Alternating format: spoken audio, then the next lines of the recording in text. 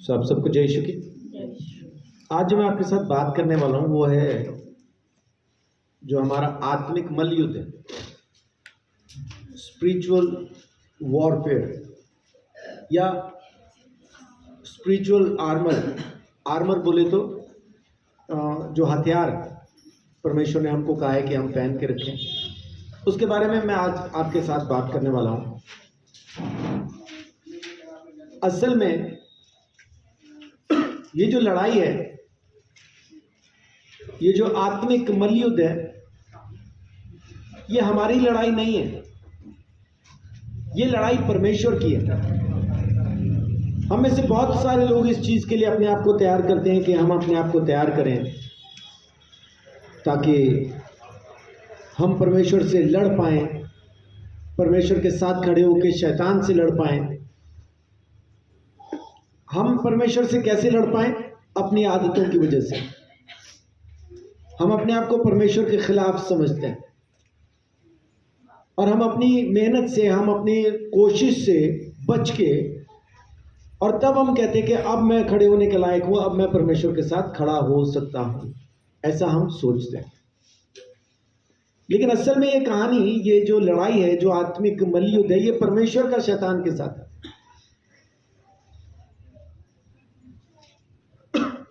अंधकार के साथ ज्योति की, रोशनी की, नूर की लड़ाई।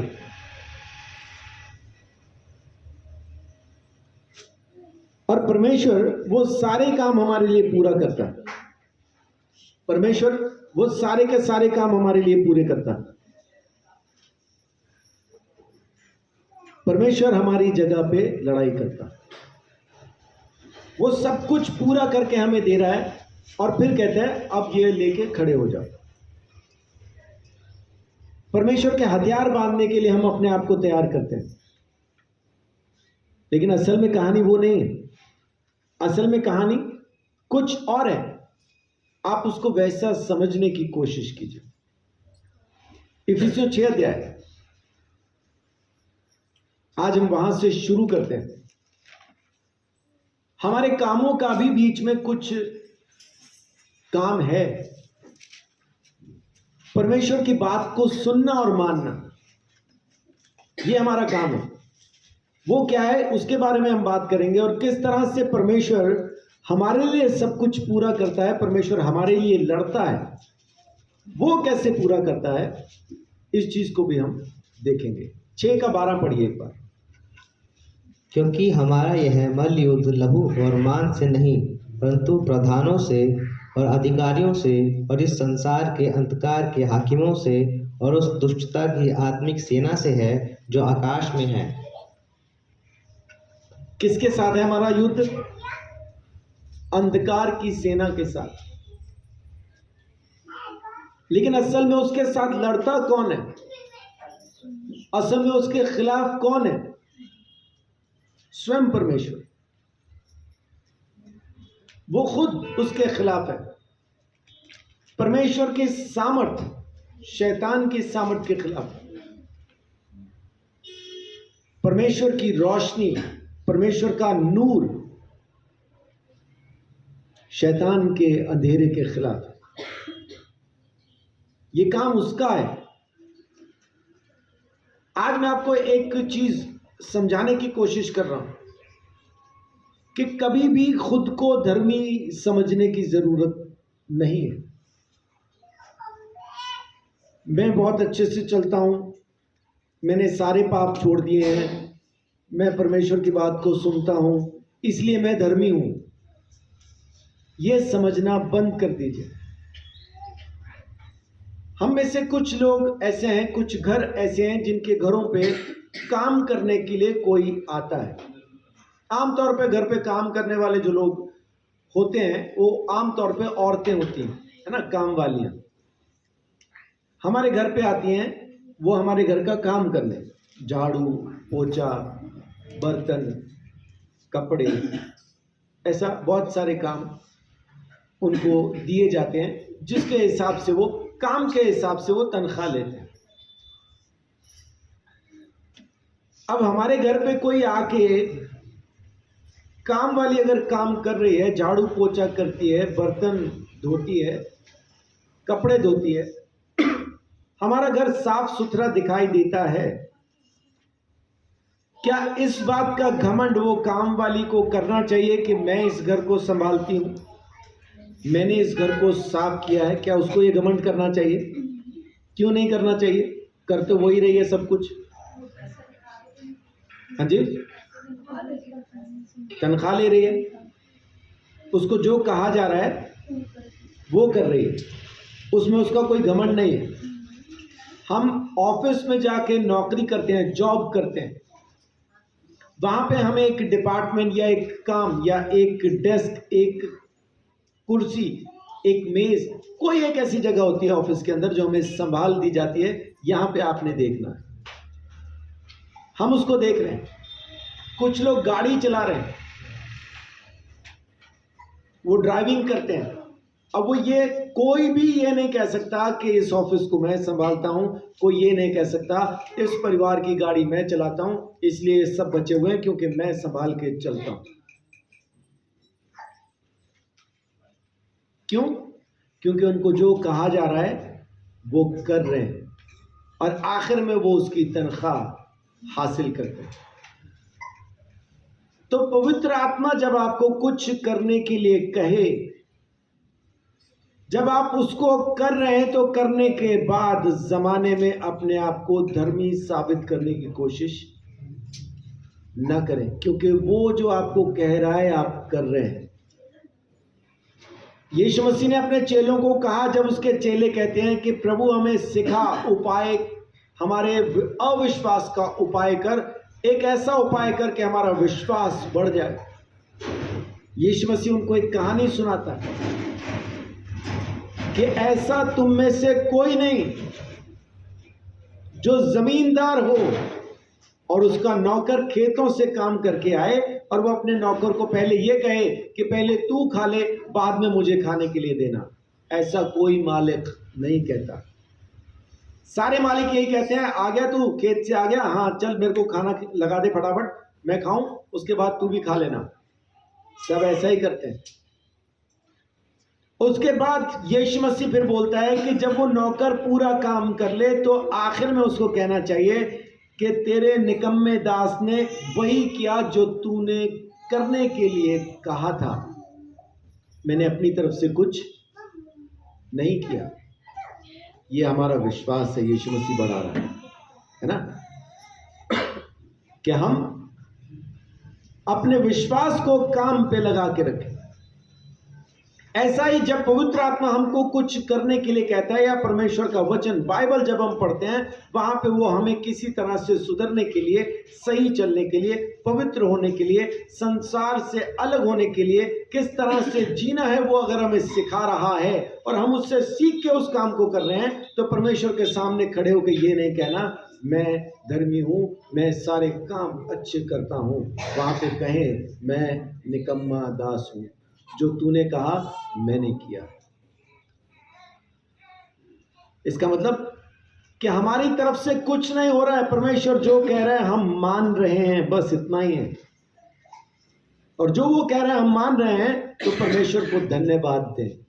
और यहां पे वो कह रहे हैं युद्ध लड़ने के लिए, मल्ल युद्ध। मल्ल युद्ध क्या, किसको कहते हैं मल्ल युद्ध? वॉरफेयर किसको कहते हैं? कबड्डी एक अलग चीज है, कबड्डी अलग चीज होती है, एक होती है कुश्ती, एक होती है कुश्ती। दो पहलवान आपस में भिड़ते हैं, एक दूसरे को चित्त करना होता है ना, कमर लगानी होती है, वो है मल्ल युद्ध। परमेश्वर कह रहा है मल्ल युद्ध लड़ने के लिए खड़े हो जाओ।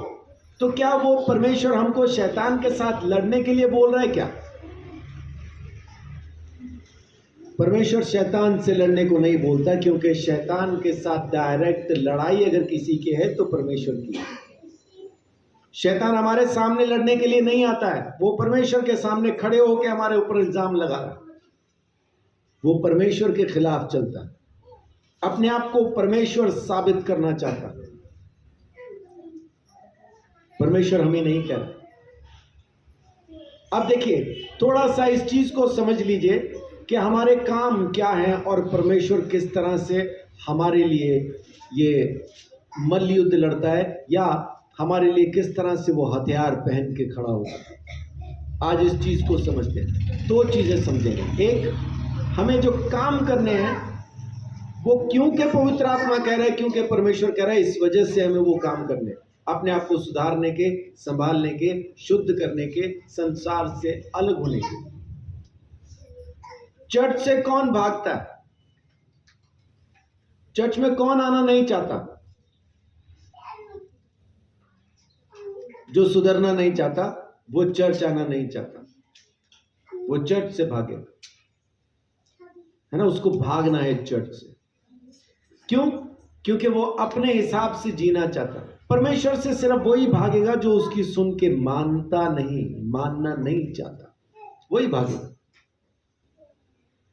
आप सुधरे नहीं लेकिन चर्च में आ रहे हैं लगातार, तो इसका मतलब है आप उसकी सुन तो रहे हैं लेकिन मान नहीं रहे।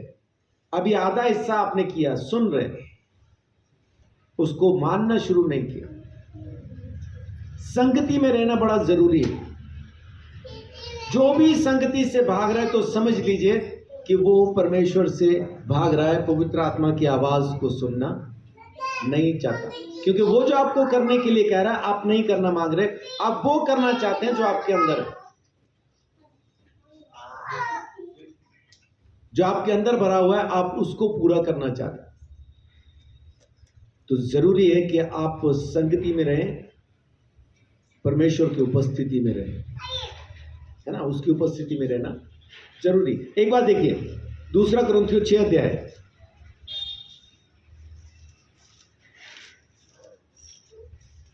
2 कुरिन्थियों 6 अध्याय। अब यहां पे जो आप पढ़ना शुरू करेंगे आपको चीजें अलग सुनाई देंगी, लेकिन इससे पहले थोड़ा याद कीजिए। पेज नहीं पलटना। आपने 6 अध्याय निकाल लिया ना, पेज नहीं पलटना। मुझे ये बताएं 2 कुरिन्थियों 5 अध्याय में क्या लिखा है? पेज नहीं पलटना। जो कोई यीशु में है नई सृष्टि। यीशु मसीह की तरफ से, परमेश्वर की तरफ से हम निवेदन कर रहे हैं लोगों को कि वो भी बच सके। 21 आयत में लिखा है कि अब हम उसके द्वारा जो पाप से अज्ञात था, यीशु मसीह के द्वारा परमेश्वर की धार्मिकता बन गए। ये 5वें अध्याय में बातें चल रही थी कि जो कोई भी प्रभु यीशु मसीह में है नई सृष्टि। ये 5वें में चल रहा था। अब 6ठा चैप्टर, यानी यहां पे चैप्टर डाल दिया ना, नया चैप्टर आ गया, लेकिन असल में वही कहानी चल रही है, वही खत चल रहा है, पौलुस उसी को लिख रहा है। अब पिछले वाले अध्याय के अंदर उसने लिखा था अब हम यीशु में हैं तो नई सृष्टि हैं और हम परमेश्वर की धार्मिकता बन गए हैं। और अब इस बात को समझाने के लिए 6ठे अध्याय के अंदर वो लिखता है। 4 आयत से लेके 10 तक पढ़िए। परंतु हर बात से परमेश्वर के सेवकों के समान अपने सद्गुणों को प्रकट करते हैं, बड़े धैर्य से, कलेशों से, दरिद्रता से, संकटों से। किस किस चीज से? धैर्य से, धीरज धर के। परमेश्वर के सद्गुण कैसे दिखा रहे हैं? धीरज धर के। धीरज कब धरते हैं आप? जब कोई आपके खिलाफ चल रहा हो, जब आपके खिलाफ कोई बोल रहा हो, जब आपके ऊपर कोई लगातार दोष लगा रहा हो, आपको बदनाम कर रहा हो। परमेश्वर के अगर आप लोग हैं तो उसका सद्गुण प्रकट करते हैं धीरज धर के। आप धीरज धर के चुप रहते हैं, किसी के सामने कुछ नहीं बोल रहे, सुन रहे, खाली सुन रहे। दूसरा आपके खिलाफ चल रहा है, दूसरा आपके विरोध में बोल रहा है। धीरज से, कलेशों से, कलेश, है ना। कलेश समझते हैं आप? कलेश किस किस चीज को कहते हैं? जब कोई झगड़ा हो, कोई रगड़ा हो, कोई कर्जा हो, कुछ भी चल रहा हो। कलेश से, दरिद्रता से, पैसे की कमी की वजह से, संकटों से, कैसा भी कोई संकट आए उसकी वजह से, कोड़े खाने से, कोड़े क्यों खाए हैं पौलुस ने? सुसमाचार प्रचार की वजह से।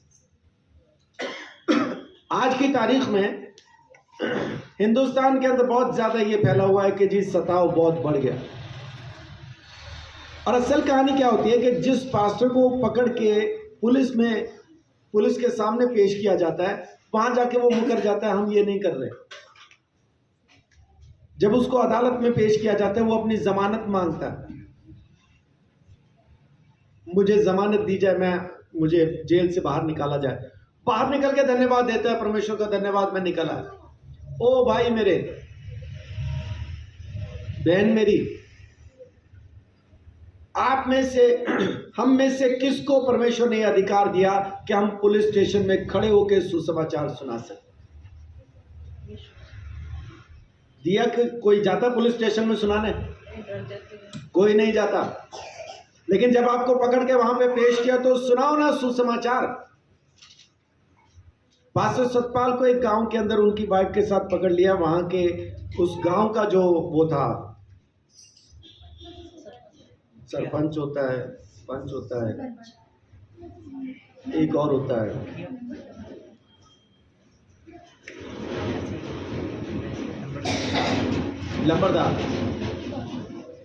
लंबरदार ने उनको पकड़ लिया।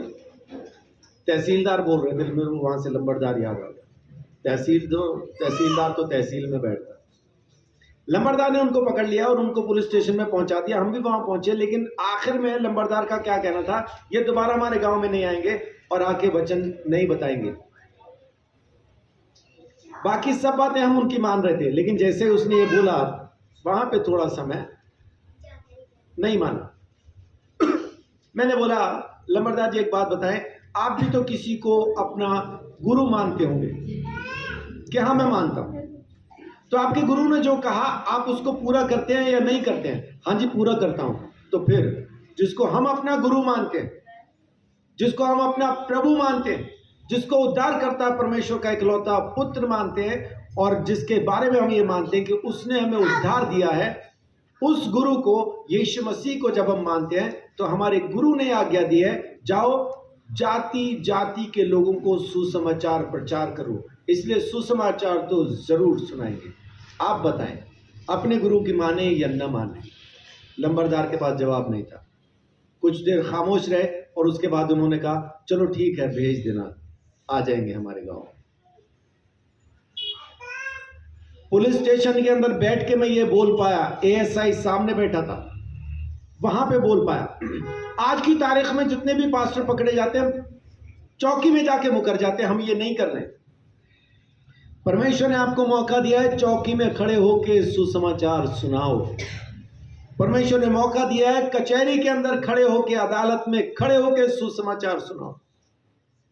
वहां मुकरने के लिए नहीं भेजा आपको, अपनी जान बचाने के लिए नहीं भेजा आपको, वहां पे इसलिए भेजा ताकि सुना सको। नहीं तो हम में से कौन सुसमाचार प्रचारक है जो अदालत में कोर्ट चल रही हो और जज के सामने खड़े होकर सुसमाचार सुनाए? ऐसा किसी के पास अधिकार नहीं। जो खड़ा है वहां पे कटघरे के अंदर, जिसको परमेश्वर ने वहां पे मौजूद किया है, उसके पास है वो टाइम, है वो अधिकार, हक है कि वो वहां पे वो वचन सुनाए। पौलुस कहता है कोड़े खाए हमने, लेकिन परमेश्वर के सद्गुण को प्रकट करने के लिए, परमेश्वर के नाम को महिमा देने के लिए। जी, कैद होने से, कैद होने से, हुल्लड़ों से, हुल्लड़ जो शोर मचता है हमारे खिलाफ, उसकी वजह से, परिश्रम से, हाँ जी, जागते रहने से, हाँ, उपवास करने से, हाँ, पवित्रता से, ज्ञान से, धीरज से। देखिए, पवित्रता से, ज्ञान से, धीरज, फिर दोबारा लिख रहा है, धैर्य शुरू में लिखा, फिर से कह रहा धीरज से। जी, कृपालुता से, लोगों की मदद करने से, पवित्र आत्मा से, जी, सच्चे प्रेम से। अब ये आखिर के अंदर आके क्या कह रहा है? सच्चे प्रेम से, सत्य के वचन से, परमेश्वर की सामर्थ्य से, धार्मिकता के हथियारों से जो दाहिने बाएं हाथों में हैं, आदर और निरादर से, दुर्नाम और सुनाम से, यद्यपि भरमाने वाले जैसे मालूम होते हैं तो भी सच्चे हैं, अनजानों के सदृश हैं तो भी प्रसिद्ध हैं, मरते हुओं के समान हैं और देखो जीवित हैं, मार खाने वालों के सदृश हैं परंतु प्राण से मारे नहीं जाते, शोक करने वालों के समान हैं परंतु सर्वदा आनंद करते हैं, कंगालों के समान हैं परंतु बहुतों को धनवान बना देते हैं, ऐसे हैं जैसे हमारे पास कुछ नहीं तो भी सब कुछ रखते हैं। आमीन, आमीन। 8वें आयत में क्या लिखा है? आदर और निरादर से, दुर्नाम और सुनाम से, उससे ऊपर वाला 6 का 7, सच्चे प्रेम से, सच्चे प्रेम से, सत्य के वचन से, सत्य के वचन से, परमेश्वर की सामर्थ्य से, परमेश्वर की सामर्थ से, धार्मिकता के हथियारों और से, धार्मिकता के हथियारों से। ठीक है, ये सारी लिस्ट गिन रहा है वो, और उसमें क्या बोलता है कि परमेश्वर की धार्मिकता और उसके हथियार भी उसने हमें दिए ताकि हम उसका गुण प्रकट कर सकें। 5वें अध्याय को साथ में पढ़ के इसको पढ़िएगा, समझ में आएगा। क्या यीशु में हम नई सृष्टि हैं, सब कुछ खत्म हो गया, हमारे ऊपर दंड की आज्ञा नहीं है, हम परमेश्वर की धार्मिकता बन चुके यीशु मसीह की वजह से, और अब उसके वचन की वजह से, परमेश्वर की सामर्थ की वजह से, उसके धर्म की वजह से, उसकी धार्मिकता की वजह से, उसके हथियारों की वजह से अब हम अपने आप को प्रकट करते हैं, अपने सद्गुण प्रकट करते हैं। जो भी हम काम करेंगे, परमेश्वर का पवित्र आत्मा जो हमें बोल रहा है, बाइबल जो हमें बातें सिखाती है कि ये करना है तुम्हें, वो सारे के सारे काम करने की वजह से हम सिर्फ परमेश्वर के गुणों को प्रकट करते हैं, उसके दास बनते हैं। आज की तारीख में दासों की पूंछ निकली हुई है। जो परमेश्वर के दास कहलाते हैं, आपको उनके अंदर दास के गुण दिखाई नहीं देते, आपको उनके अंदर राजाओं के गुण दिखाई देते हैं। वो सभा में आएंगे, आजकल नए दास पैदा हुए। देखिए कितने नम्र, कितने दीन, कितने हलीम दास हैं, है ना, कितने हम्बल हैं। माने उनका पता ही नहीं लगता कि ये परमेश्वर के दास हैं। जैसे ही मीटिंग शुरू होती है, अपनी गाड़ी से उतरेंगे, उनके चारों तरफ बाउंसर होंगे, बिल्कुल भी पता नहीं लगता कि दास है। वो राजा ही दिखता कि ये आया जी प्रभु का दास। वो खाली कहने के लिए दास बोल रहे हैं। उनके गुण, उनकी आदतें, उनकी बातें साबित करती हैं कि मैं राजा हूं, मेरे सामने झुको, मुझे सजदा करो, मैं तुम्हारे लिए प्रार्थना करूंगा, तुम्हें चंगा कर दूंगा, 25,000 रुपया दो। ऐसे ऐसे दास हैं आज। और भी कुछ नाम है, एक हाँ, और भी कुछ है। हाँ। सो आजकल उन्होंने अपना एक स्टैंडर्ड अलग बना लिया है ना। हमें सब कुछ जो करना है, अपने आप को जो सुधारना है, परमेश्वर की बातों को मानना है, अपने आप को संसार से अलग करके, शुद्ध और पवित्र करके अपने आप को परमेश्वर की सेवा के लिए निकालना है। तो इसलिए निकालना है क्योंकि वो जो कह रहा है हम कर रहे हैं, और उसके बाद हमने कहना है मैं निकम्मा हूं, जो तू कहता है मैं करता हूं, अपनी तरफ से मैं कुछ भी नहीं कर रहा, जो तू कह रहा है वो मैं कर रहा हूं। उसमें घमंड नहीं है, अकड़ नहीं है, परमेश्वर का गुण प्रकट करना। अगर आप चाहते हैं कि परमेश्वर आपकी प्रार्थना को सुने, आपको जवाब दे, तो बहुत ज्यादा जरूरी है कि आप उसकी आवाज को सुने। एक ऐसा शख्स जिसने एक अजीब सी प्रार्थना की और वो पूरी हो गई। पूरे बाइबल के अंदर कोई किरदार ऐसा याद है? कोई ऐसा याद है कोई किरदार?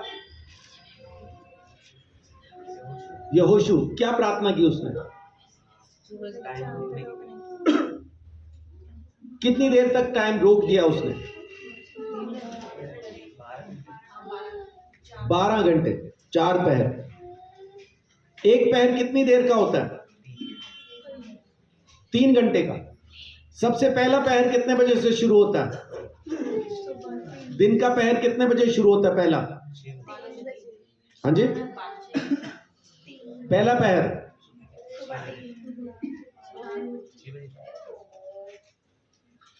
पहर शुरू होता है 9 बजे से। सुबह 9 से 12 बजे। 12 बजे कौन सा पहर शुरू होता है? हाँ जी, वो दूसरा पहर है, दोपहर। इसको लोग दोपहर और पता नहीं क्या क्या बोलते हैं, लेकिन असल में ये दोपहर है, दूसरा पहर। 12 से 3 तीसरा पहर, 3 से 6 चौथा पहर, 6 से 9 12 घंटे पूरे हो गए।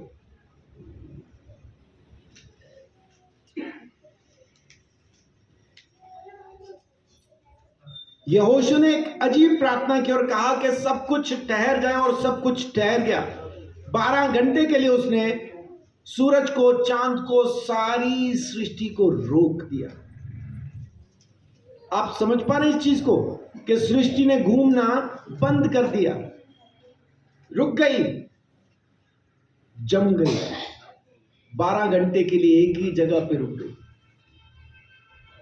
परमेश्वर ने क्यों सुनी उसकी बात? क्योंकि बाइबल कहती है यहोशू ने जो कुछ मूसा ने आज्ञाएं उसको दी थी, उनमें से एक भी आज्ञा ऐसी नहीं छोड़ी जिसको उसने पूरा ना किया। यहोशू ने एक एक आज्ञा को पूरा किया। क्योंकि यहोशू ने परमेश्वर की एक एक आज्ञा को पूरा किया, परमेश्वर ने जब उसकी अजीब सी प्रार्थना सुनी, उसने सृष्टि को रोक दिया। ना उससे पहले कभी ऐसा किसी की सुनी, ना उसके बाद कभी किसी की सुनी। आप चाहते हैं कि परमेश्वर आपकी प्रार्थना सुने, आप चाहते हैं परमेश्वर आपकी जिंदगी में काम करे, आप चाहते हैं पवित्र आत्मा आपकी जिंदगी में पूरी तरह से इंटरफेयर करे, आपकी जिंदगी को अपने कब्जे में ले और आपकी जिंदगी के अंदर पूरा सामर्थ्य के साथ काम करे। एक काम कीजिए, वो जो कहता है मानना शुरू कीजिए। जब आप उसकी मानेंगे वो आपकी मानेगा। आप उसकी नहीं मान रहे, प्रार्थना करते रहो, प्रार्थना करते रहो, और आपको उसका कुछ भी फायदा नहीं होगा, कुछ भी आपको उसका रिजल्ट नहीं मिलेगा। हाँ, बीच बीच में कभी कभी चमत्कार हो जाएंगे, लगातार काम नहीं होगा। हमेशा परमेश्वर आपकी नहीं सुनेगा। यीशु मसीह की हर बात को परमेश्वर ने सुना। जब भी उसने डांट के हवा को कह दिया थम जा, वो थम गई। जब भी उसने रोटी बढ़ने के लिए धन्यवाद दिया, रोटी बढ़ गई। उनको टैक्स चुकाना था, अजीब सी डिमांड पतरस के सामने यीशु मसीह रखता है, बंसी ले और नदी पे चला जा। बंसी किसको कहते हैं? मछली पकड़ने वाला जो कांटा होता है उसको बंसी भी कहते हैं। लेके जा, झील पे जा, जाके वहां से मछली पकड़। जो मछली तू पकड़ेगा उसका मुंह खोलना, उसके मुंह में तुझे सिक्का मिलेगा, वो सिक्का ले आना। ये नहीं कह रहा मछली पकड़ के बेच के पैसे ले आ। आसान क्या था कहना, झील पे जा, मछली पकड़, बेच के जल्दी से पैसा लेके आ, हमें टैक्स यहां पे भरना है। यीशु नहीं कह रहा बेच के आ। एक अजीब डिमांड है, क्या? मछली पकड़, मुंह खोल, उसमें से सिक्का निकाल और ले आ।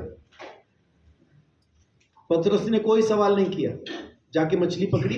पतरस ने ये नहीं कहा प्रभु यीशु मैं बचपन से मछली पकड़ रहा हूं, मेरा बाप मछुआरा था, मेरा दादा मछुआरा था, हम खानदानी मछुआरे हैं, आज तक किसी भी मछली के मुंह से कुछ नहीं निकला, ये सिक्का कहां से आएगा? नहीं पूछता। यीशु मसीह जो कहता है वो करता है। जाके उसने मछली पकड़ी, मुंह खोला, सिक्का निकला। यीशु मसीह की बात क्यों सुनता है परमेश्वर? क्योंकि यीशु मसीह परमेश्वर की सुनता है। जो कुछ परमेश्वर कह रहा है यीशु पूरा कर रहा है। अब यीशु जो कहता है वो पूरा करता है। आप भी अगर चाहते हैं कि परमेश्वर आपकी प्रार्थना को सुन के उसको पूरा करे, तो उसकी सुनना शुरू कीजिए, मानना शुरू कीजिए। फिर आप जो कहेंगे आपको प्रार्थना में बैठ के कहने की जरूरत नहीं पड़ेगी। मैं कल के लिए आपको बताता हूं। कल जब मैं उस मीटिंग में गया था, मेरे पास बहुत कम पैसे थे और मेरे मन में ये चल रहा था कि मुझे पैसे चाहिए प्रभु, मेरी जेब में पैसे नहीं है। 400 रुपए के आसपास मेरी जेब में थे। उसमें से पहला कुछ पैसे खर्च हो गए थे, बाद में 400 रुपए वहां पे देने थे। लेकिन मुझे और भी बहुत कुछ सोचना था, और भी बहुत कुछ मेरे दिमाग में चल रहा था। तो मेरे अंदर सिर्फ एक चीज चल रही थी, मुझे पैसे चाहिए प्रभु। वो मीटिंग खत्म हुई और वहीं पे मुझे परमेश्वर ने पैसा दिया। आमीन। परमेश्वर ने वहीं दिया और वो अब भी मेरे पास पड़े है ना। वो इतना दे दिया कि वो खर्च करने के बाद भी मेरे पास पड़ा। उस परमेश्वर की सुनना शुरू करें, तब वो आपकी सुनना शुरू करेगा। आप उसकी नहीं सुन रहे तो वो भी आपकी नहीं सुनता। पहला थिस्सलुनीकियों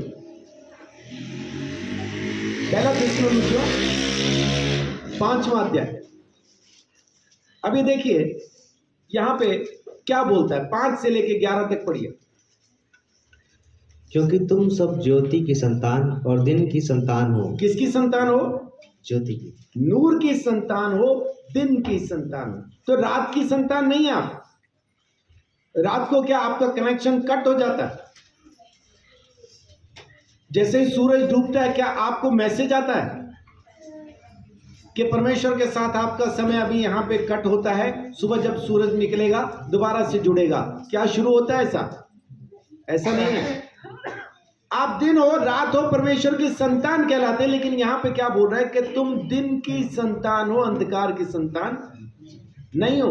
रोशनी की संतान हो, अंधेरे की संतान नहीं हो। इसका मतलब है कि जब हम परमेश्वर के साथ हैं, चाहे रात हो चाहे दिन हो, हम ज्योति की संतान है, नूर की संतान है, दिन की संतान।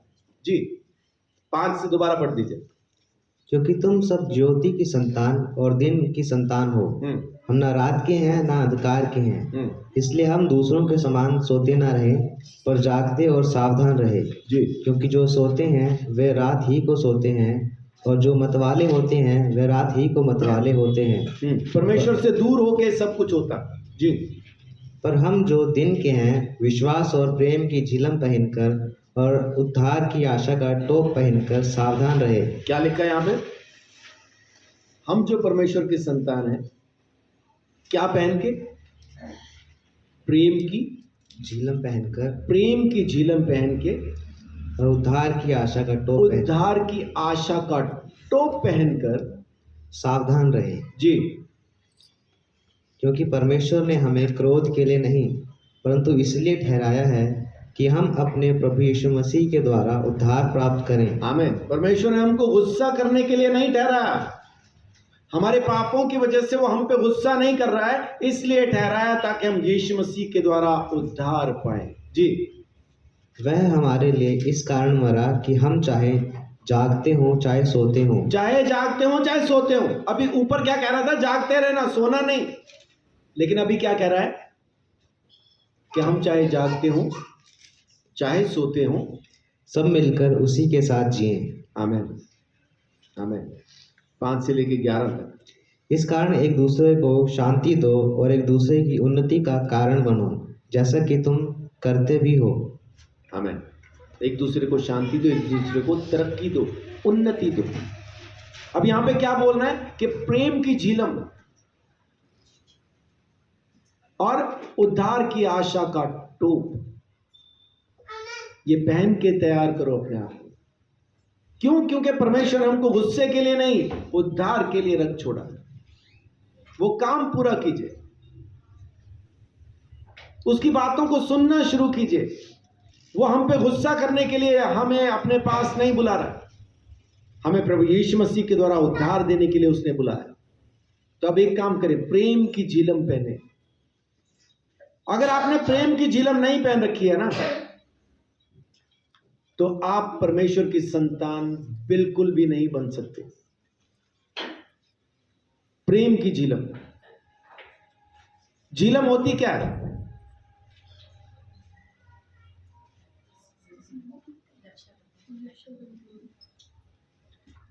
रिक्शा करती है, रक्षा करती है किसकी? कहां पहनते हैं झिलम?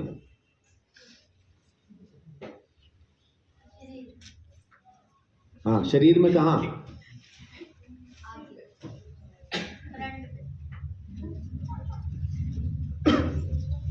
कवच जिसको कहते हैं ना, कवच, झिलम, तो वो आपके खास तौर से आपकी छाती को, पेट को बचाने के लिए, ताकि कोई हमला उस पर ना हो सके।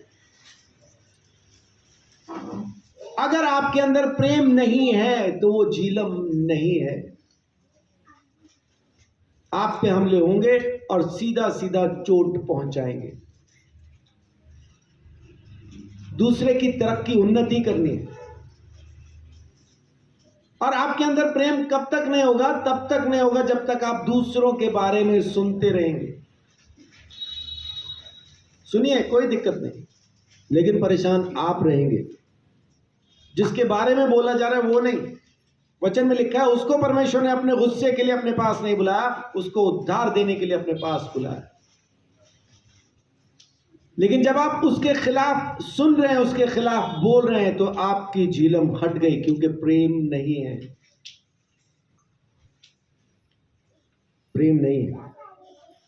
प्रेम की झिलम उद्धार की आशा का टोप पहन के तैयार है, पहन के तैयार। ये उसने दिया है, हमारे कर्मों की वजह से हमें नहीं मिला है। वो हमें जो करने को कह रहा है हम कर रहे हैं, और इस वजह से वो ये सब कुछ खुद पहनता है और हमारे ऊपर उसको ले आता है। ये मौत किसने सही? मैंने उद्धार पाने के लिए मौत सही या यीशु ने सही? उद्धार किसका हुआ? यीशु का या मेरा? तो मौत तो उसने सही, उद्धार मेरा कैसे हुआ? क्योंकि उसने वो मौत सहने के बाद उद्धार मुझे दिया।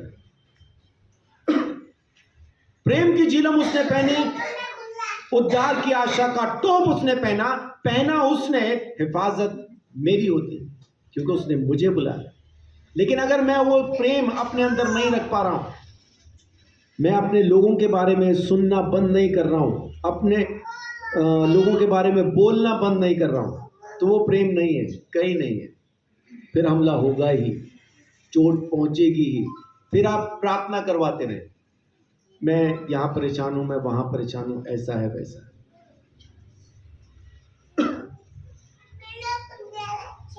मेरे पहले जो 2 एक्सीडेंट हुए, दोनों बार में, दोनों ही टाइम पे पवित्र आत्मा ने मुझे बोला तुझे बचाने के लिए मैंने ये किया है। माने उससे बड़ा एक्सीडेंट हो जाता मेरा उसके बाद। तीसरा एक्सीडेंट हुआ उसके बाद मुझे कुछ याद नहीं। वो जो पहले 2 हुए थे उसका असर मेरे शरीर में था, मेरे को पता नहीं था। ये तीसरे वाला जो हुआ उसके बाद जब सीटी स्कैन हुआ तब पता चला, अच्छा भाई अपनी तो खोपड़ी 3 जगह से टूटी हुई। मेरे को नहीं पता था। इस बार मैं इस तरफ गिरा हूं, यहां पे चोट के निशान आपको दिखाई दे रहे होंगे। इसी तरफ गिरा हूं, सारी चोट कंधे पे सब इसी तरफ लगी है। लेकिन जब सीटी स्कैन होता है तो सीटी स्कैन में मुझे बताया जाता है हड्डी इधर की भी टूटी हुई है। ये कब टूटी?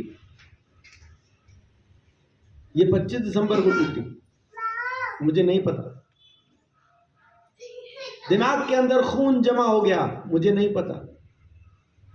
और डॉक्टर का क्या कहना था, अरे आपको 2 दिन हो गए एक्सीडेंट हुए, आपको दौरे कभी भी पड़ सकते हैं। मैं मन में सोच रहा 25 दिसंबर से अब तक तो नहीं पड़े, अभी तक तो हम ही दौरे पे थे।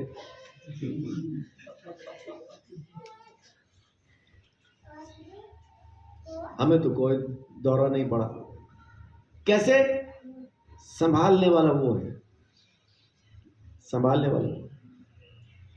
तीसरे एक्सीडेंट का नहीं मेरे को पता कि मैं, क्योंकि उस टाइम पे तीसरी बार में पवित्र आत्मा ने मुझसे कोई बात नहीं की। मैं ऑलमोस्ट बेहोश हो गया था, मेरे को समझ भी आना बंद हो गया था। मेरे को घर कब पहुंचा मेरे को कुछ याद नहीं। लेकिन सीटी स्कैन के अंदर जब आता है कि 3 जगह से हड्डी टूटी है, खोपड़ी की हड्डी 3 जगह से टूटी है, वो अपने आप जुड़ेगी। सिर के अंदर खून जमा हो गया, अपने आप निकलेगा। परमेश्वर कर रहा है उस काम को। तो मेरे एक्सीडेंट यूं बेवजह से नहीं हुए, मुझे बचाने के लिए हुए। मैं रुक नहीं रहा हूं, तो मुझे रोकने के लिए मुझे गिरना पड़ा, तब रुका हूं। नहीं तो मैं जा ही रहा था। 25 दिसंबर को जो मेरा एक्सीडेंट हुआ, अभी तो मुझे कैंट से भी आगे जाना था, है ना। ग्रीनवुड होटल का नाम है ग्रीनवुड, वहां जा रहा था मैं। तो परमेश्वर ने संभाला। आप अगर उसकी नहीं सुन रहे हैं, आपके अंदर अगर प्रेम नहीं है, झीलम आपको नहीं बचाएगी, कवर नहीं करेगी, हमले होंगे, नुकसान होगा। मेरा वैसा नहीं हुआ है, इसलिए मैं अपने एक्सीडेंट आपको बता रहा हूं। उसी ने संभाला मुझे, मैं अपनी तरफ से नहीं संभाला, उसी ने संभाला। अगर आप भी चाहते हैं कि परमेश्वर आपकी प्रार्थना को सुने, तो अपने अंदर प्रेम लेके आए, प्रेम की झिलम पहने, उद्धार की आशा का टोप पहन के रखें। परमेश्वर आपकी जिंदगी में जरूर काम करेगा। देखिए रोमियो 13 अध्याय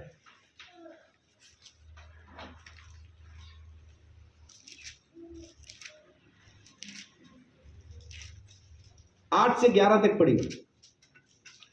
आपस के प्रेम को छोड़ और किसी बात में किसी के कर्जदार ना हो। किस चीज को छोड़ के? प्रेम। आपस में प्रेम को छोड़ और किसी चीज के कर्जदार आपस में नहीं होना जी। क्योंकि जो दूसरे से प्रेम रखता है उसी ने व्यवस्था पूरी की है। अरे वाह, जो दूसरों से प्रेम रखता है उसने व्यवस्था को पूरा कर दिया। आपस में सिर्फ प्रेम रखो और किसी बात का कर्जा नहीं रखना। जिसने प्रेम किया उसने व्यवस्था को पूरा कर दिया जी। क्योंकि यह है कि व्यभिचार न करना, क्योंकि ये लिखा है क्या? व्यभिचार न करना, हत्या न करना, हत्या न करना, चोरी न करना, चोरी न करना, लालच न करना, लालच न करना, और इनको छोड़ और कोई भी आज्ञा हो। इन सबको छोड़ के और जो कोई भी आज्ञा हो। कितनी आज्ञाएं? 10 परमेश्वर ने अपने हाथ से लिखी, और बाकी व्यवस्था के अंदर पूरी कितनी आज्ञाएं? कितनी? 613। कितनी है? 613। इन सबको छोड़ और जो कुछ भी लिखा है जी। तो सबका सारांश इस बात में पाया जाता है, सबका निचोड़, सबका सारांश, सबका सार इस बात में पाया जाता है, अपने पड़ोसी से अपने समान प्रेम रख। अपने पड़ोसी से अपने समान प्रेम रख। सारी की सारी व्यवस्था निचोड़ के अगर निकाली जाए तो सारी व्यवस्था किस चीज में निकल के आ रही है? प्रेम में। प्रेम में। अपने पड़ोसी से अपने समान प्रेम रख जी।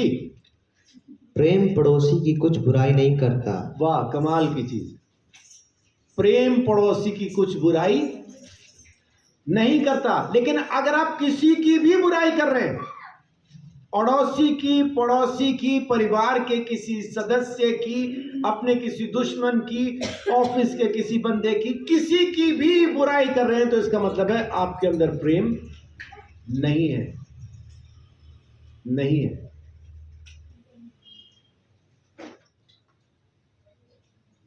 प्रेम अपने पड़ोसी की बुराई नहीं करता जी। इसीलिए प्रेम रखना व्यवस्था को पूरा करना है। प्रेम रखना माने व्यवस्था को पूरा करना है। आमीन जी। समय को पहचान कर ऐसा ही करो, इसलिए कि अब तुम्हारे लिए नींद से जाग उठने की घड़ी आ पहुंची है। जागो, जागो, जागो। जाग के करना क्या है? जाग के करना क्या है? क्या करना है जाग के? प्रेम। प्रेम। अगर आप प्रेम नहीं कर रहे हैं तो इसका मतलब है कि आप अंधकार की नींद में सोए हुए।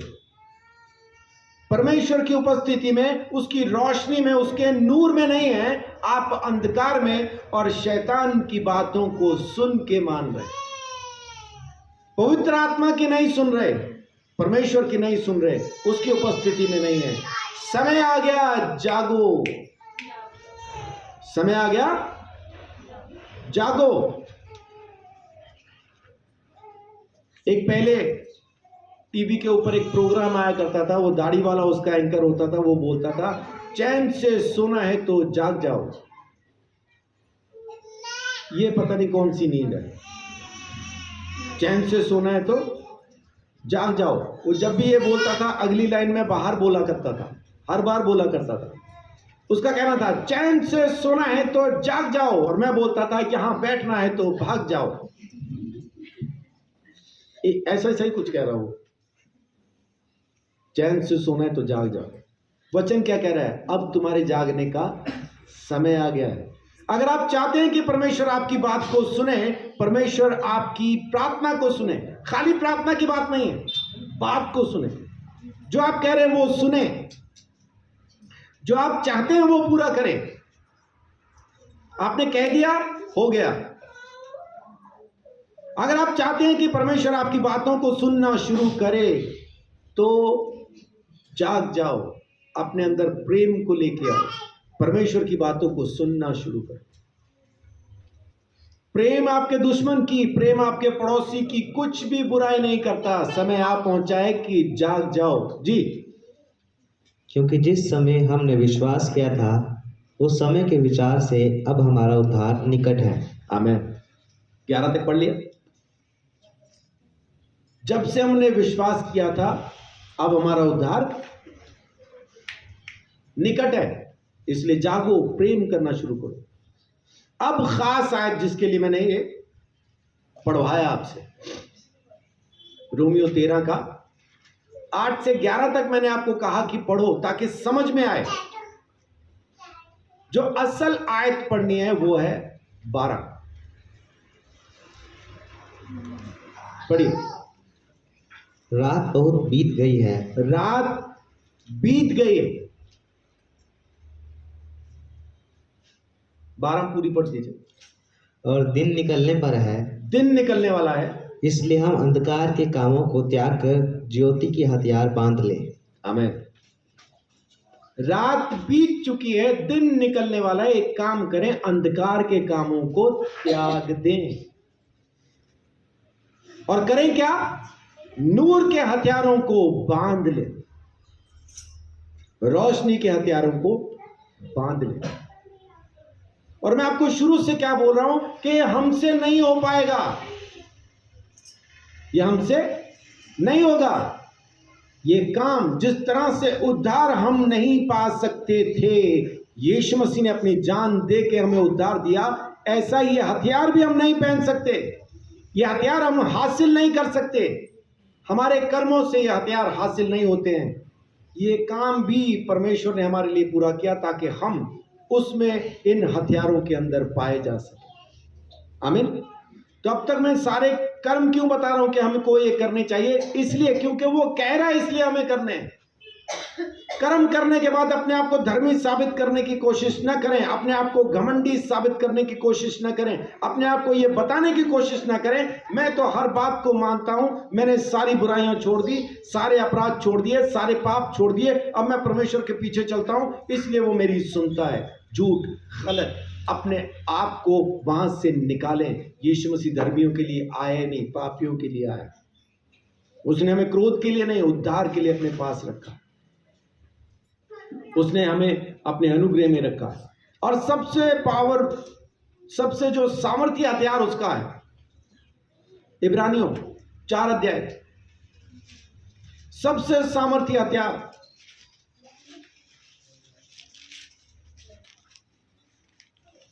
है ना, वहां पे 4 का 12 में लिखा है कि हथियार क्या है, लेकिन आप उसको 4 अध्याय को 10 से लेकर 13 तक पढ़िए। 12 जब आप वहां पे सुनेंगे तब आपको समझ में आएगा कि परमेश्वर का हथियार कैसा है। जी, अब ये यहां पे बात किसकी चल रही है? तीसरे अध्याय के अंदर वहां पे बात चल रही थी कि जिन्होंने आज्ञा नहीं मानी, परमेश्वर के विश्राम में भी वो प्रवेश नहीं कर पाए। हम में से कितने लोग हैं जो परमेश्वर के दिए हुए विश्राम में अपनी जिंदगी बिताना चाहते हैं? उसके विश्राम में बिताना चाह रहे हैं ना जिंदगी, है ना? वो हमें तसल्ली दे, आराम दे, उसके विश्राम के अंदर हम जिंदगी बिताएं, लेकिन बिता नहीं पा रहे हैं। ना बिताने के पीछे क्या कारण है वो यहां पे लिखा है। और जब आप उसमें एंटर करते हैं तो वहां पे सबसे सामर्थ्य हथियार क्या है वो भी लिखा है। पढ़िए 10 से। क्योंकि जिसने उसके विश्राम में प्रवेश किया है उसने भी परमेश्वर के समान अपने कामों को पूरा करके विश्राम किया। आमीन। क्या लिखा कि जैसा किसी ने भी परमेश्वर के विश्राम में प्रवेश किया है तो उसने वैसा ही, जैसा परमेश्वर ने अपने सारे काम पूरे करके विश्राम किया, वैसा ही उसने भी सारे काम करके विश्राम किया। जी। अतः हम उस विश्राम में प्रवेश करने का प्रयत्न करें। ऐसा न हो कि कोई जन उसके समान आज्ञा न मानकर गिर पड़े, क्योंकि परमेश्वर का वचन जीवित और प्रबल। 11वीं आयत में क्या लिखा है? ऐसा ना हो कि कोई आज्ञा न मानने की वजह से गिर पड़े। यहां पे उद्धार नहीं खोएगा वो, यहां वो उद्धार नहीं खोएगा, लेकिन क्या खोएगा वो? परमेश्वर की तरफ से जवाब मिलना खो देगा। विश्राम में प्रवेश नहीं कर पाएगा। पवित्र आत्मा जो हमें करने को कह रहा है, अगर हम नहीं कर रहे हैं तो वो गिरेगा, विश्राम में प्रवेश नहीं कर पाएगा। और विश्राम के बाहर जो कोई भी है, इसको कहते हैं विश्राम, और इसके बाहर कहते हैं परेशान। तो अगर विश्राम में आप हैं तो आप तसल्ली में हैं, बिल्कुल आराम के अंदर हैं। लेकिन अगर आज्ञा न मानने की वजह से गिर रहे हैं, पवित्र आत्मा की सुन नहीं रहे, अपने हिसाब से जिंदगी को जीना चाहते हैं, और आपके अंदर प्रेम दिखाई नहीं दे रहा, आप बोलते हैं खिलाफ। एक भी इंसान के खिलाफ अगर आप बोल रहे हैं, सामने बोलो चाहे पीठ के पीछे बोलो, परमेश्वर आपकी प्रार्थना सुनना बंद कर देगा। आप गिरेंगे, विश्राम से गिर जाएंगे। जी। और 12वीं आयत में क्या लिखा है? क्योंकि परमेश्वर का वचन जीवित और प्रबल और हर एक दो-धारी तलवार से भी बहुत चोखा है। आमीन। परमेश्वर का वचन ऐसा सामर्थी तलवार है, दो-धारी तलवार है, और हर एक हथियार से चोखी तलवार। क्या है? परमेश्वर का वचन। जी। और प्राण और आत्मा को और गांठ गांठ और गुदे गुदे को अलग करके आर पार छेदता है, और मन की भावनाओं और विचारों को जांचता है। मन की भावनाओं को, दिल के विचारों को जांचता है। 13 आयत भी पढ़ दीजिए। सृष्टि की कोई वस्तु उससे छिपी नहीं है। सृष्टि की कोई वस्तु परमेश्वर से छुपी हुई नहीं है, वरन जिससे हमें काम है उसकी आंखों के सामने सब वस्तुएं खुली और प्रकट हैं। आमीन। आमीन। जिससे हमें काम है उसके सामने सब कुछ खुला हुआ, कुछ छुपा नहीं। एक काम कीजिए, बस उसकी सुनना शुरू कीजिए। आपको इसमें हो सकता है कि नुकसान महसूस हो कि अगर हम उसकी ये सुनेंगे तो मुझे ये छोड़ना पड़ेगा, मुझे वो छोड़ना पड़ेगा, मुझे ये नुकसान होगा। दिक्कत नहीं, आपकी वो सुनेगा, आपकी वो सुनेगा, आपकी वो सुनेगा। और फिर आप जो कुछ कहोगे प्रार्थना में या सिंपल बैठे भी बात करोगे, वो सुनेगा, वो उसको पूरा करेगा। आमीन। अब देखिए, ये सारे के सारे काम जो मैंने आपको बताए हैं, ये शायद 59 निकाल लीजिए। ये मैंने सारे काम जो आपको बताए कि आप काम करें तो परमेश्वर आपके लिए काम करेगा। यानी अगर आप पवित्र आत्मा की सुनते हैं, आपके अंदर प्रेम पाया जाता है, जो आपके पड़ोसी की बुराई बिल्कुल नहीं करता, तो समझ लीजिए कि परमेश्वर भी आपकी प्रार्थना सुनेगा। आप भी विश्राम में प्रवेश कर पाएंगे। आप गिरेंगे नहीं, अनाज्ञाकारिता की वजह से आप गिरेंगे नहीं। और वो सब कुछ देख रहा है, जिससे हमें काम पड़ रहा है, उसके सामने सब कुछ खुला है, सब कुछ प्रकट है। तो हमारे कर्मों की वजह से हम धर्मी नहीं बन रहे हैं, क्योंकि अब हम परमेश्वर की संतान है। यीशु मसीह ने क्या कहा, मैं तुम्हें दास नहीं कहूंगा। असल में उसने हमें खरीदा है, हमें अपने गुलाम के जैसा खरीदा है। जर खरीद गुलाम है हम उसके। लेकिन वो क्या कहता है, मैं तुम्हें गुलाम नहीं कहूंगा, मैं तुम्हें दास नहीं कहूंगा, मैं तुम्हें दोस्त कह के बुलाऊंगा, और जो कुछ मैं जानता हूं तुम्हें बताऊंगा। मालिक क्या करता है नौकर को नहीं पता, दास को नहीं पता, लेकिन दोस्त क्या करता है दोस्त को मालूम है। तो मैं तुम्हें बताऊंगा, तुम्हें अपना दोस्त बना के रखूंगा, सब कुछ बताऊंगा। यशाया 1 और 2 पढ़ दीजिए, 59 का 1-2।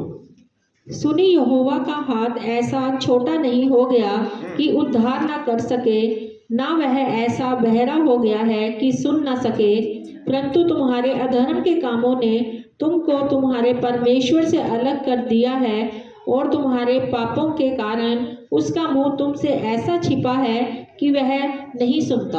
हाँ जी, समझ में आया? उसका हाथ छोटा नहीं होगा कि हमारी मदद ना कर सके, उसका कान बहरा नहीं होगा कि हमारी सुन ना सके। उसका हाथ बहुत बड़ा है, जब चाहे हमारी मदद कर सकता है, वो सुनता है, जब चाहे हमें जवाब दे सकता है। लेकिन क्या कहता है कि तुम मेरी नहीं सुन रहे, तुम पवित्र आत्मा की नहीं सुन रहे, मेरे पीछे नहीं सुन रहे, इसलिए मैंने अपना मुंह तुमसे छुपा रखा है और तुम्हारी नहीं सुनता हूं।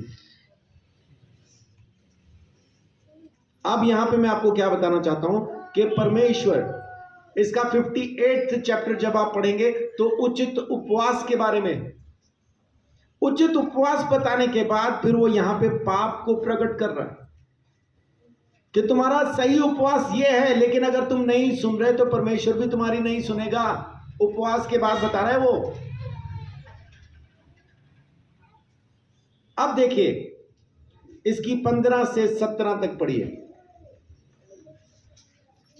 हाँ, सच्चाई खो गई, और जो बुराई से भागता है वह शिकार हो जाता है। ओहो, क्या लिखा है? सच्चाई खो गई, सच्चाई खो गई, और जो सत्य की वजह से बुराई से भाग रहा है वो फंस जाता है।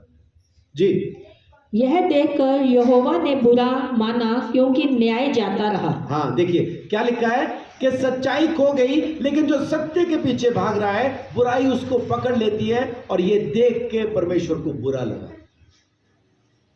ये देख के परमेश्वर को बुरा लगा। मेरे लोगों को बुराई पकड़ना चाहती है, सच्चाई खो गई, लेकिन मेरे लोग जो सच्चाई के पीछे भागना चाहते हैं, बुराई से भागना चाहते हैं, वो फंस जाते हैं। ये देख के यहोवा को बुरा लगा। सो परमेश्वर का धन्यवाद, वो हमें बहुत गौर से देख रहा है, बड़े ध्यान से देख रहा है। जब हम सच्चाई के खो जाने के बाद बुराई से भाग रहे हैं तो बुराई हमें पीछे आके पकड़ रही है, और परमेश्वर को ये बुरा लग रहा है। जी आगे बढ़िए। उसने देखा कि कोई भी पुरुष नहीं, और इससे अचंभा किया कि कोई विनती करने वाला नहीं। तब उसने अपने ही भुजबल से उद्धार किया। क्या लिखा है यहाँ पे? जब कोई भी प्रार्थना करने वाला नहीं मिला, बीच में बात करने वाला नहीं मिला, तो उसने अपने ही बाजुए जोर से, भुजबल, भुजबल बोले तो है ना, बाजुए, जो हमारी बाहों में जो ताकत है। वो एक फिल्म आई थी बहुत पहले, ब्लैक एंड वाइट की, मनोज कुमार की, शहीद फिल्म थी, है ना। उसके अंदर एक गीत था, सरफरोशी की तमन्ना अब हमारे दिल में है, देखना है जोर कितना बाजुए कातिल में। तो देखना है कि हमें मारने वाले की बाजू में कितनी जान है, और ये देखना है कि हमें बचाने वाले की बाजू में कितनी जान है। परमेश्वर को बुरा लगा, जब उसने ढूंढा कोई नहीं मिला, तो उसने अपने ही जोरे बाजू से उद्धार किया। जी, और अपने धर्मी होने के कारण वह संभल गया। उसने धर्मी को झिलम के समान पहन लिया, आमीन। और उसके सिर पर उद्धार का टोप रखा गया। उसने बदला लेने का वस्त्र धारण किया, और जलजलाहट को बागे के समान पहन लिया है। आमीन। क्या कहता है कि जब उसने ढूंढा उसको कोई भी नहीं मिला, तो उसने एक काम किया।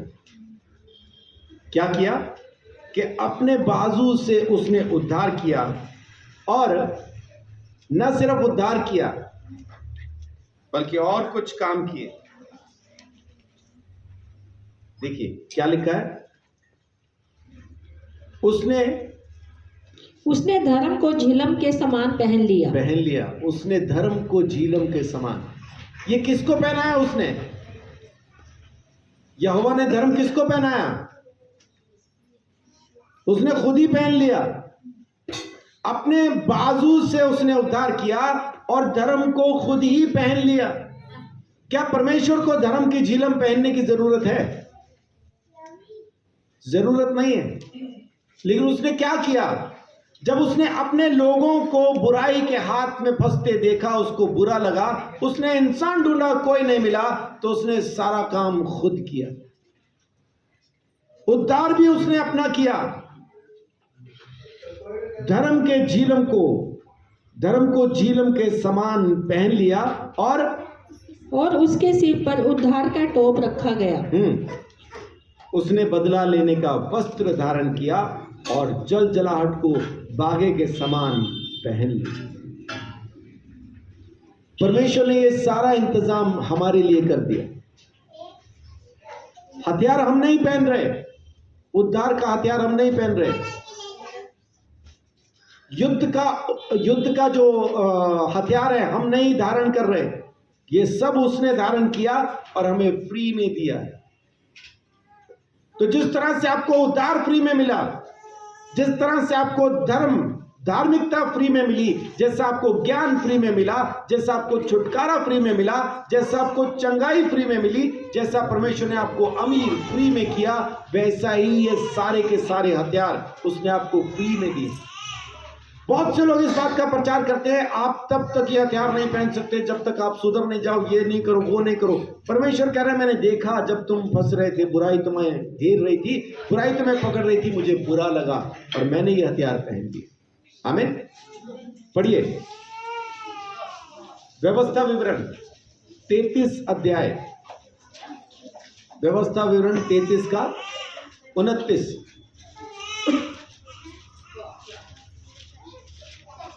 हे इज़राइल, तू क्या ही धन्य है। हे यहोवा से उद्धार पाई हुई प्रजा, तेरे तुल्य कौन है? वाह जी वाह। क्या लिखा? तेरे जैसा कौन है? तू तो परमेश्वर से उद्धार पाई हुई प्रजा है, तेरे जैसा कौन है? धन्य है तू। परमेश्वर हम सबको कह रहा है कि धन्य है तू। तेरे जैसा कोई नहीं जिसने मुझसे उद्धार पाया। तुमने मुझसे उद्धार पाया, तुम धन्य हो जी। वह तो तेरी सहायता के लिए ढाल और तेरे प्रताप के लिए तलवार है। तेरे शत्रु तुझे सराहेंगे और तू उनके ऊंचे स्थानों को रौंदेगा। आमीन। दुश्मनों के ऊंचे स्थान को हम रौंद देंगे। क्यों रौंद देंगे? क्योंकि हमारी ढाल परमेश्वर है, हमारी महिमा परमेश्वर है। क्या लिखा है? वो ढाल है तुम्हारी, और आगे वह तो तेरी सहायता के लिए ढाल और तेरे प्रताप के लिए तलवार है। तेरे प्रताप के लिए वो तलवार है। तेरी ढाल परमेश्वर है। तेरे प्रताप के लिए, तेरे पराक्रम के लिए, तेरे युद्ध के लिए, तेरी चढ़ाई के लिए तलवार परमेश्वर है। परमेश्वर का वचन वो सामर्थी तलवार है। ये उसने हमें दिया है, उसने उसको यूज किया। वो कह रहा है, मैं हूं तेरी ढाल। जब आप इफिसियों 6 अध्याय के अंदर पढ़ते हैं तो ढाल किस काम आती है? बचाने के लिए। किस चीज को रोकती है वो? वहां लिखा है कि शैतान के जलते हुए तीर को वो ढाल रोक लेती है, उसकी युक्तियों को रोक लेती है। हम नहीं जानते उसकी युक्तियां, लेकिन बाप जानता है, वो करता है इस काम। परमेश्वर हमारी ढाल है, हमारे प्रताप की तलवार खुद परमेश्वर है। आमीन। और हम दुश्मनों के वचन संहिता 3, हम दुश्मनों के किले को उसके ऊंचे स्थानों को हम रौंद देंगे। क्यों? क्योंकि परमेश्वर हमारे साथ, वो हमारी ढाल, हमारी तलवार है। 3:3 पढ़िए। परंतु हे यहोवा, तू तो मेरे चारों ओर मेरी ढाल है, तू मेरी महिमा और मेरे मस्तक का ऊंचा करने वाला है। आमीन। मेरी ढाल, मेरे चारों ओर, मेरे माथे को ऊंचा करने वाला, मेरे रुतबे को उठाने वाला तू ही है। वो सारे हथियार उसने हमें दिए, उसने खुद पहने, वो खुद बना हमारी ढाल, हमारे चारों तरफ हमारी हिफाजत खुद परमेश्वर है। आप अपने ऊपर ना लेके जाएं कि ये हथियार आपने पहन लिए, आप इसको कर रहे हैं, इस वजह से आप इन चीजों को कर पा रहे हैं। नहीं, वो क्यों सुन रहा है आपकी? क्योंकि आप उसकी सुन रहे हैं, आप उसकी सुन के उसके काम को पूरा कर रहे हैं। जब आप कहेंगे वो सुनेगा, आपके ऊपर कोई हमला होगा वो बचाएगा, वो हिफाजत करेगा।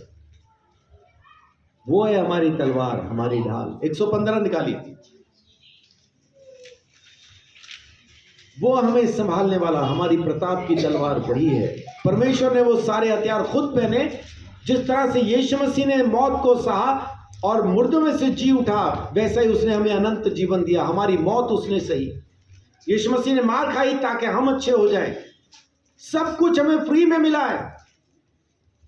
यीशु मसीह ने अपने आप को पवित्र किया ताकि हम पवित्र हो जाएं। यीशु मसीह की धार्मिकता की वजह से हम धर्मी बन पाए। सब कुछ उसने जो किया वो हमें फ्री में मिला है। ऐसा ही ये जो हथियार हैं ये भी हमें फ्री में मिले हैं। परमेश्वर ने हमारे लिए किया है। 9 से 11 तक पढ़िए।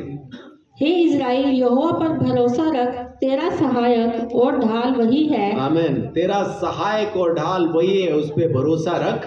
हे हारून के घराने, यहोवा पर भरोसा रख, तेरा सहायक और ढाल वही है।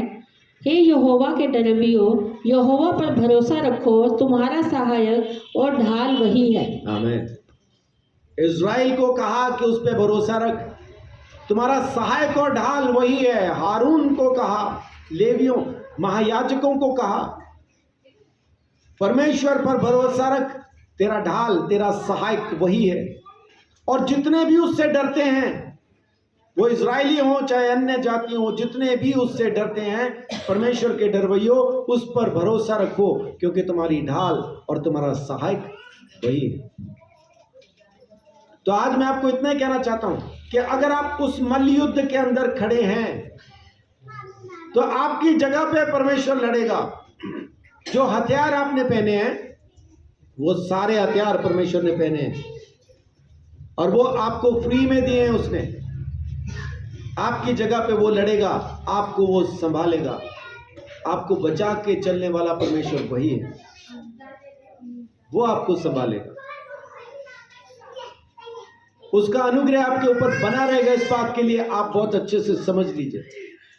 इस चीज में आपको सिर्फ 2 चीजें करनी है। फिर से याद कराऊं, कोई मुझे याद कराएगा कौन सी 2 चीजें करनी है हमें? पहले उसकी सुन के माननी है और दूसरा आपके अंदर प्रेम होना चाहिए। जैसे ही आपके अंदर प्रेम आएगा, आप समझ लो कि आपने सारी व्यवस्था को पूरा कर दिया। वचन में लिखा है, अभी पढ़ा आपने। आप अपने पड़ोसी की बुराई नहीं सुनेंगे, आप अपने पड़ोसी की बुराई नहीं करेंगे। पड़ोसी कौन? यीशु मसीह को किसी ने पूछा पड़ोसी कौन? यीशु मसीह ने एक सामरी आदमी की कहानी सुनाई कि कोई इजरायली जा रहा था, उसको डाकुओं ने लूट लिया। याजक उसके पास से दूर होके निकले, सब उसके पास से दूर होके निकले।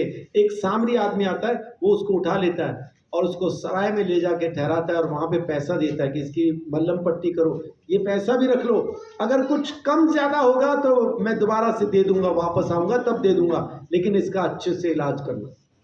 सराय वाले ने उसकी क्यों मानी होगी? क्योंकि वो वहां का रेगुलर कस्टमर है, आने जाने वाला एक यात्री है जो लगातार उस सराय में आता है।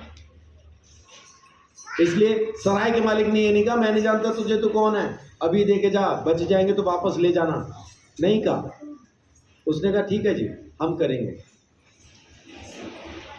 अब बताओ कौन बना वहां पे पड़ोसी?